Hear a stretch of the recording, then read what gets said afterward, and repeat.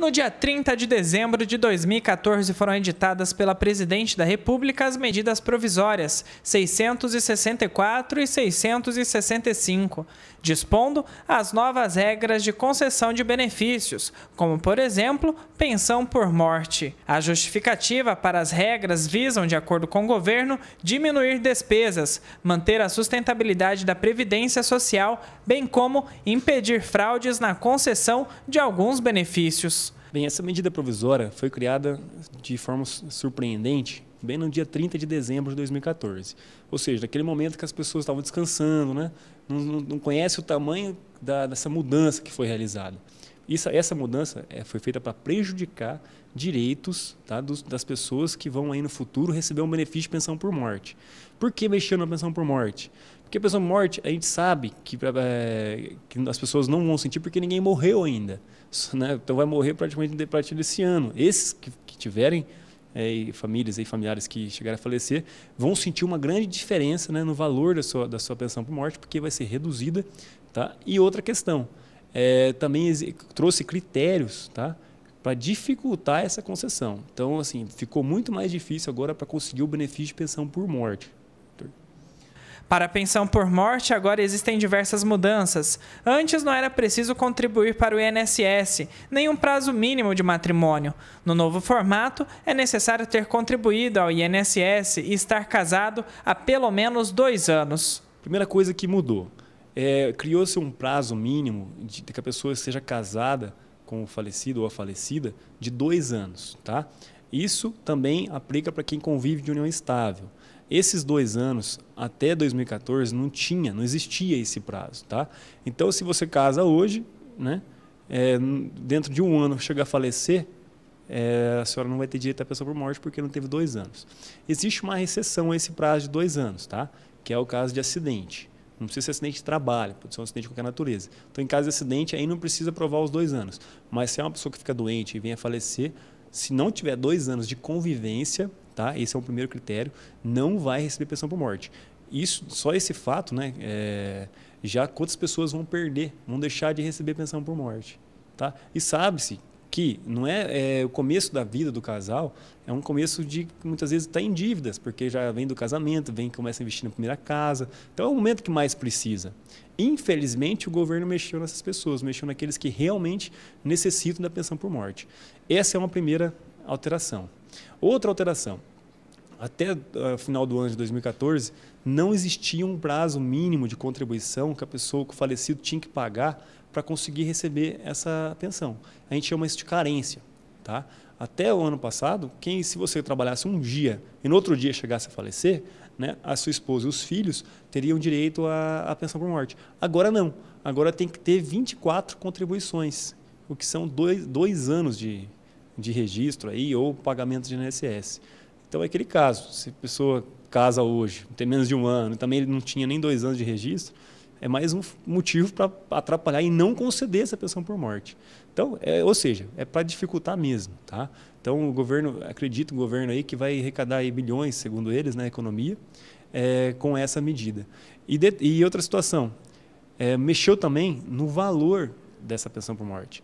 Todos aqueles anteriores, tá, recebiam 100% do valor da aposentadoria daquele falecido ou da falecida. Se caso ele não fosse aposentado, seria 100% do valor da aposentadoria que ele teria direito por invalidez. Tá? Agora não, agora é 50%, já caiu metade. Tá? E acrescido de mais 10% por cada dependente. Se é um filho somente, né, e a esposa, são 2 dependentes. Então seria um valor de 70%. O INSS já conseguiu ganhar 30% nessa. Tá? Então, aí também mexeu na questão do valor. Outra alteração, né? Não bastasse dificultar a concessão, agora para aqueles que vão ter concedido a pensão por morte, né, as esposas ou as conviventes, né, essas terão um prazo mínimo que vai receber. Antes não tinha prazo. Você concedia a pensão por morte, receberia até a pessoa morrer ou até morrer, até porque você podia casar de novo que não perderia a pensão. Agora não. Tá? Agora o governo criou um prazo mínimo, né? E esse prazo é calculado com base na idade da mulher ou da convivente, tá? E também a expectativa de vida. Um exemplo, se ela tem 18, 20 anos de idade, uma mulher, ela vai receber durante só 3 anos de benefício. Tá? Aí, dependendo da idade, 6 anos, tá? Se for uma idade aí, tem uma tabelinha que segue lá, feito o cálculo. Se ela tiver aí acima de 44 anos, aí o benefício vai ser feito por caráter vitalício, ou seja, vai ter a morte, né, dessa dependente. A medida provisória já é válida desde o dia 15 de janeiro para alguns requisitos, e em outros, o prazo será válido a partir do dia 1º de março. Essa questão de provar 2 anos de casamento ou de união já entrou em vigor no dia 15 de janeiro de 2015, certo? Já as outras alterações, que é a exigência de 24 meses, né? E também a alteração do valor da pensão, é a partir de 1º de março de 2015, tá? E, por exemplo, uma pessoa que passa por essa situação aí e já está dentro, né, dessas alterações, dessas novas alterações, existe como recorrer judicialmente? Existe alguma forma de revogar esse tipo de ação aí para esse benefício por morte? Primeiro, que os óbitos que ocorreram antes da medida não vai ser prejudicado, tá? Então, quem já recebe pensão por morte não vai ter problema. Quem vai, porventura, tiver essa situação, que a gente não espera, mas acontecer de falecer alguém daqui em diante, que for prejudicado, tá? Na justiça vai existir milhares de ações, tá? Ainda é começo, né? Surgiu agora, mas discutindo a validade dessa medida provisória. Tá? Essa medida provisória, ela foi criada, por que cria-se medida provisória?